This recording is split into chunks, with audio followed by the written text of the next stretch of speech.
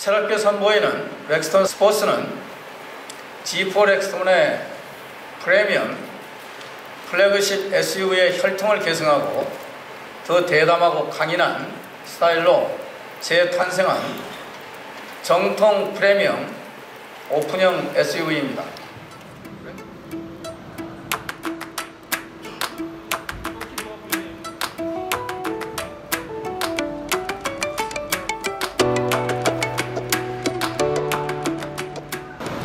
안녕하세요. 팟캐스트 이다정입니다. 오늘은 쌍용이 새롭게 내놓은 픽업이죠. 렉스턴 스포츠를 보러 예스24홀에 왔습니다. 네, 안녕하세요. 한상입니다. 쌍용 렉스턴 스포츠 신차를 펴러 와 있는데요. 간단하게 안팎을 둘러보겠습니다. 일단 이 차는 G4 렉스턴의 뼈대와 실내 모든 것을 이어받았다고 할 수 있는데요. 그 기존의 쌍용의 역대 스포츠들을 보면은 다 기본형과 얼굴이 거의 같았거든요. 근데 렉스턴 스포츠는 기본형인 모델이니까 렉스턴과 얼굴이 좀 많이 달라요. 네, G4 렉스턴은 저 가로지르는 크롬바가 위쪽에 있었는데 렉스턴 스포츠는 그게 가운데로 옮겨졌어요.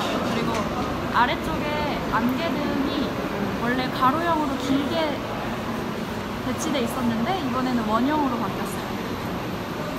지금 보고 있는 모델의 액세서리로 밑에 범퍼가 추가되어 있는 부분들입니다. 자, 그래서 렉스턴과 렉스턴 스포츠 둘이 다 비교해놓으면 둘 중에 뭐가 더 잘생겼어요? 저는 개인적으로 렉스턴 스포츠가 더 예쁘네요. 그러게요. 지금 대부분의 반응들이 렉스턴 스포츠가 G4 렉스턴보다 더 예쁘다고 그런 반응들이 많습니다. 네, 그리고 계속해서 신형을 내놓고 있잖아요, 쌍용차가. 근데 이제 어느 모델을 보든 아, 이거 쌍용차 모델이구나 라는 게 확연히 드러나는 것 같아요. 그릴 모양이나 그 숄더 라인, 숄더 위 그 라인을 계속해서 강조하고 있어요. 그래서 디자인 면에서 보면 아이덴티티가 생겼다고 봐도 될까요? 네. 예, 파워트레인은 2.1L 디젤과 아이신 6단 자동 변속기로 조합이 되는데 변속기는 G4 렉스턴과 좀 다르죠?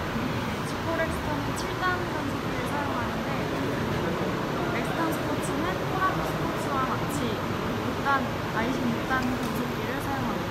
최고 출력은 181마력이고 최대 속도는 40.8. 예, 저희가 렉스턴 스포츠를 보기 전에 렉스턴과 실내의 차이가 얼마나 날까? 왜냐하면 가격 차이가 있잖아요. 그래서 좀 차이를 보이지 않을까? 소재 같은 게 그렇게 예상을 했는데 어떠세요? 실내는 렉스턴과 비교했을 때? 네, G4 렉스턴 고급스럽게 보이게 만들려고 상당히 애를 많이 썼지만은 이렇게 효과가 있는 부분도 있었지만 없는 부분도 있었거든요. 근데 렉스턴 스포츠 같은 경우에는 거기서 치장을 한 부분만 살짝 걷어냈을 뿐이지 큰 차이는 없어 보입니다. 저 같은 경우에는 내장재도 좀 차이가 있지 않을까라고 생각을 했는데 의외로 렉스턴과 좀 차이가 없어요. 그래서 비슷한 승차감이라면은 렉스턴을 살 바에는 렉스턴 스포츠를 사도 괜찮지 않을까라는 생각이 드는데 아무래도 좀 승차감에서 좀 차이가 있겠죠? 아무래도 휠베이스도 길어지고 그리고 뒷서스펜션에도 그 적재 그 무게를 고려를 해서 손질을 했을 거기 때문에 승차감에 있어서는 좀 차이가 있을 것 같습니다. 다만 조금 좀 확인을 해봐야 될 부분은 이전에 코란도 스포츠 그 이전에 액티언 스포츠의 같은 서스펜션 쓰고 있는 그 두 차들과 비교를 해봤을 때에는 조금 구조적으로 좀 그 SUV 모델과 차이가 좀 적다는 느낌을 받았거든요. 그거는 좀 확인을 좀 해볼 필요는 있을 것 같습니다. 좀 오래된 얘기긴 하지만 예전에 무쏘 스포츠 같은 경우에는 무쏘와 승차감 차이가 굉장히 많이 났거든요. 사실 지금의 코란도 스포츠도 좀 차이가 있고 그런 면에서 보면은 이 차도 G4 렉스턴과 승차감의 차이가 어느 정도 좀 있지 않을까라고 생각이 됩니다. 자, 이다정 기자는 이 차 실내 어때요? 네, 저도 G4 렉스턴이랑 차이가 엄청 많이 날 줄 알았는데 뭐 구성이나 이런 게 똑같다 보니까 사실 크게 차이를 못 느끼겠어요. 이 차를 그래서 픽업 트럭으로 생각을 하면은 실내가 좀 과도하게 고급스럽지 않나 그런 생각도 들어요.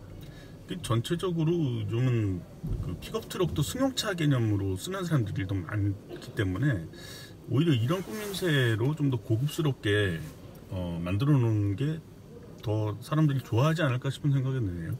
실제로 이런 형태의 차는 가정용 차로도 쓰고 네. 예, 짐차로도 쓰고 그러니까 이런 면에서 보면 아주 큰 메리트가 있을 것 같아요.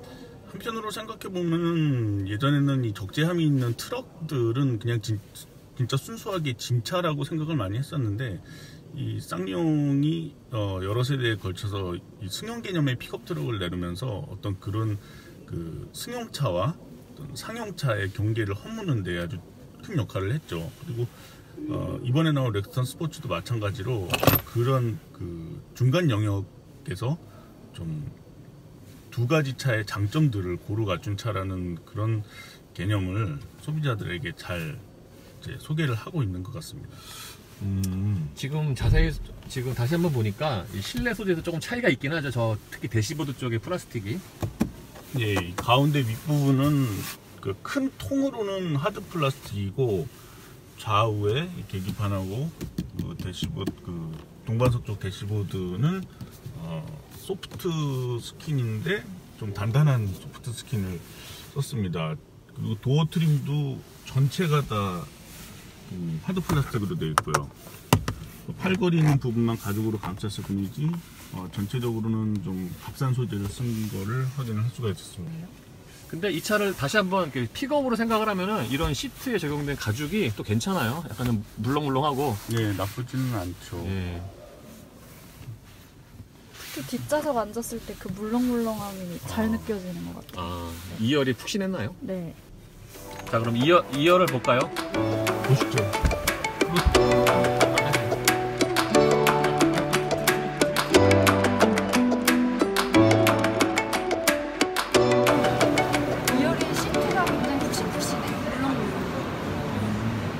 2열 시트 쿠션이 어때요?